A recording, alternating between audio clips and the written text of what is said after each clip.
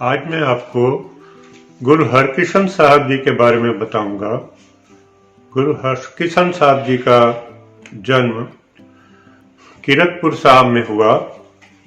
इनके पिताजी गुरु हर राय जी और माता किशन कौर जी थे।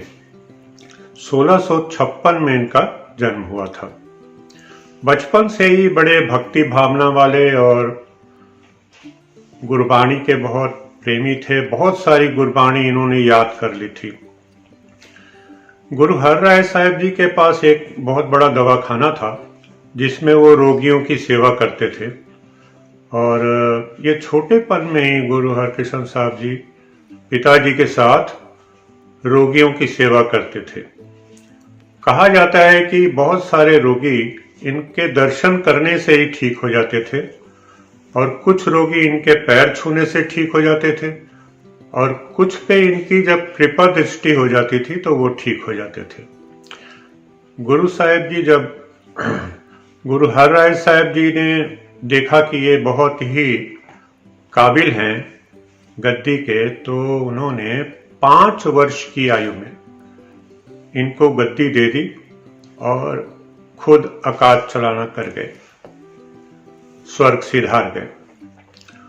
उसके बाद गुरु हरकिशन साहब जी के पास बहुत संगत आने लग पड़ी, लेकिन कुछ लोगों को शंका हुई कि ये बहुत छोटा बच्चा है, इसको गुरुगद्दी देनी चाहिए थी या नहीं देनी चाहिए थी।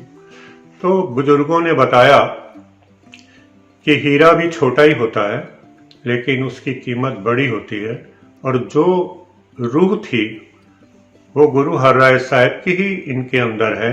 शरीर बदला है, रूह वही है, वचन वही कर रहे हैं जो इनके पिताजी करते थे। उस समय औरंगजेब का शासन था।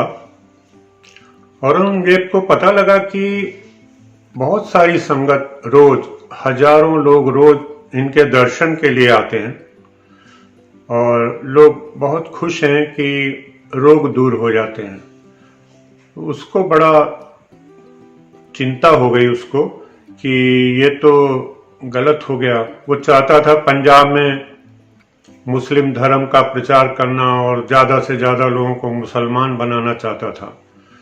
तो उसने सोचा कि मैं किसी तरह से अगर इनको मुसलमान बना लूं तो मेरा काम बहुत आसान हो जाएगा, पंजाब में मुसलमान जल्दी बन जाएंगे सब लोग।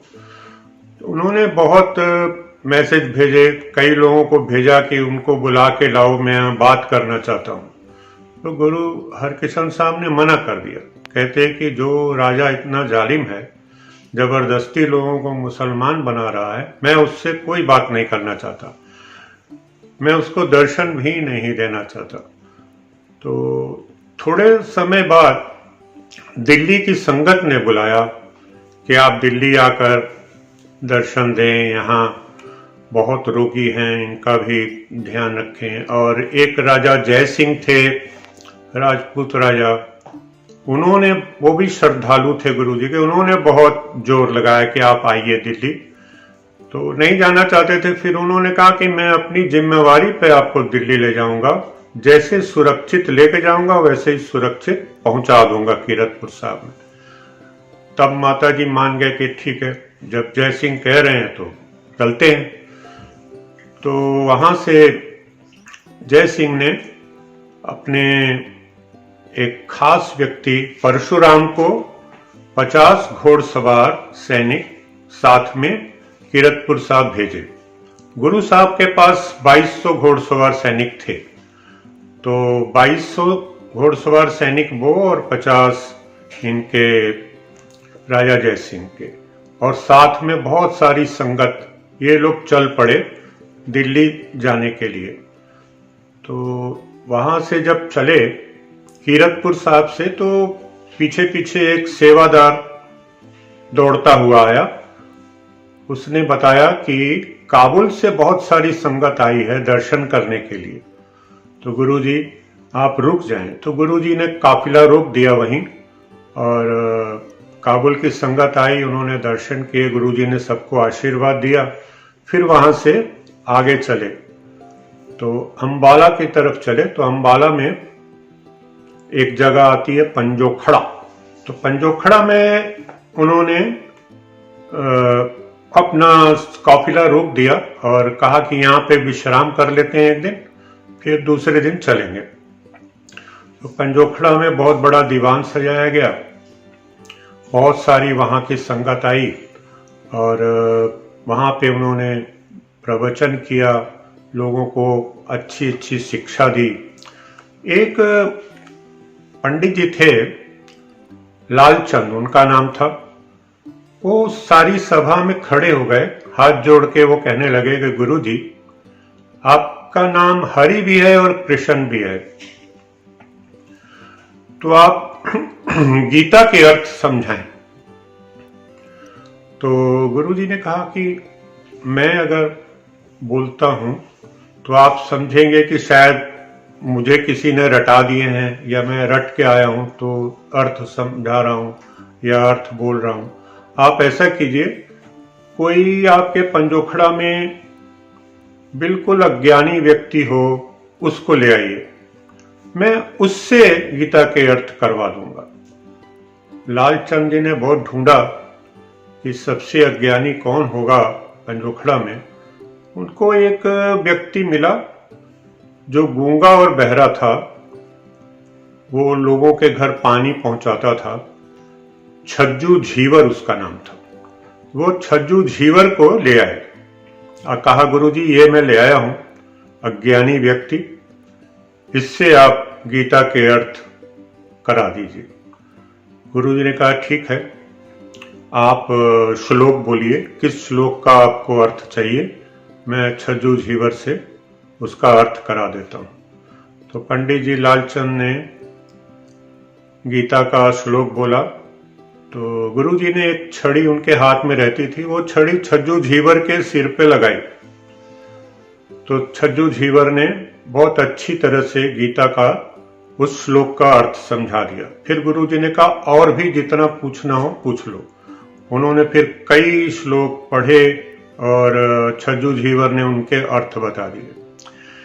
ये देखकर पंडित लालचंद गुरुजी के पैरों में गिर गया और कहा, आज से मैं आपका शिष्य बन गया हूं, आप मेरे गुरु हैं।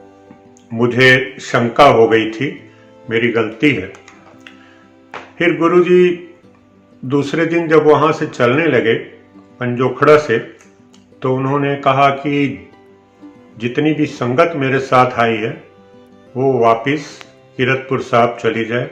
जो मेरे साथ 2200 घोड़सवार आए हैं वो भी वापिस चले जाएं। सिर्फ थोड़े से सेवादार रुक जाएं, माताजी रुक जाएं और जो जय सिंह के सिपाही हैं वही रहेंगे। बाकी सारे लोगों को उन्होंने वापिस भेज दिया। थोड़ा आगे गए तो एक व्यक्ति पालकी के आगे लेट गया। कहता है, मैं बहुत ज्यादा कष्ट में हूं, मेरा दुख दूर कीजिए। गुरुजी ने उसका देखा कि वाकई में बड़ा बुरा हाल है, कोढ़ हो गया था उसको। तो गुरुजी ने अपना रुमाल जो वो इस्तेमाल करते थे वो उसको दे दिया, ये लो अपने शरीर पे मल लो, तुम्हारा कोढ़ ठीक हो जाएगा। उसी समय वो अपने शरीर पे मलने लग पड़ा, उसका कोढ़ ठीक हो गया। इसी तरह रास्ते में जो भी कोई रोगी मिलता था या कोई इस तरह का दुखी इंसान मिलता था, उसका दुख दूर करते हुए दिल्ली पहुंच गए। जब दिल्ली पहुंचे तो दिल्ली की संगत ने बहुत स्वागत किया, राजा जय सिंह ने बहुत स्वागत किया। राजा जय सिंह गुरुजी को, माताजी को और जो सेवादार साथ में आए थे उनको अपने बंगले में ले गया और बंगले में उनको जगह दी आराम करने के लिए। रानी जो उनकी थी, राजा जय सिंह की, उसको कोई शंका हो गया कि इतने छोटे 5 साल के गुरुजी, उसको समझ में नहीं आ रहा था कि ये कैसे हो सकता है। तो उसने क्या किया कि उनकी जो दासियां थीं, उन्हीं के कपड़े पहन के दासियों के साथ बैठ गए और एक दासी को रानी के कपड़े और गहने पहना के अलग बैठा दिया। ताकि वो गुरु जी समझें कि वो रानी है और ये सारी दासियां हैं। गुरु जी समझ गए कि ये मेरी परीक्षा ले रही है। गुरु जी ने अपनी छड़ी रानी के सिर पर लगाई और बोले कि ये महारानी है, दासी बन के बैठी है, और उसकी गोद में जाके बैठ गए। रानी की गोद में 5 साल के बच्चे थे, जाके बैठ गए। तो सब लोग बड़े खुश हुए, रानी भी बड़ी खुश हुई कि हम लोग तो परीक्षा ले रहे थे, ये तो अंतर्यामी है, सब कुछ जानते हैं। तो इस तरह से वो काफी वहां पे प्रचलित हो गया इनका सारा जो भी इन्होंने काम किए। दिल्ली में बीमारी फैल गई थी चेचक की, बहुत ज्यादा, और बहुत सारे मरीज रोज मर रहे थे। तो गुरु जी ने सेवा शुरू कर दी और लोगों को पता लगा कि गुरु हरकिशन साहब जी आए हैं। इनको छूने मात्र से, इनका पैर छूने से या इनके दर्शन करने से ही रोगी ठीक हो जाते हैं। बहुत भीड़ लगने लग पड़ी। जो बंगला था जय सिंह का, वहाँ पे बहुत भीड़ लगने लग पड़ी। रोज सवेरे बहुत सारे रोगी आ जाते थे, गुरुजी उनको ठीक करते थे, उनकी सेवा करते थे। बाद में गुरुजी ने देखा पूरी दिल्ली में चेचक फैला हुआ है, तो घूम घूम कर गुरुजी ने बहुत सेवा की, रोगियों को बहुत ठीक किया। उसके बाद गुरुजी को भी चेचक हो गया। सेवा करते करते करते गुरुजी को भी चेचक हो गया। गुरुजी ने एक यमुना के किनारे एक तंबू लगाकर अपना डेरा वहां बना लिया और कुछ समय वहां रहे।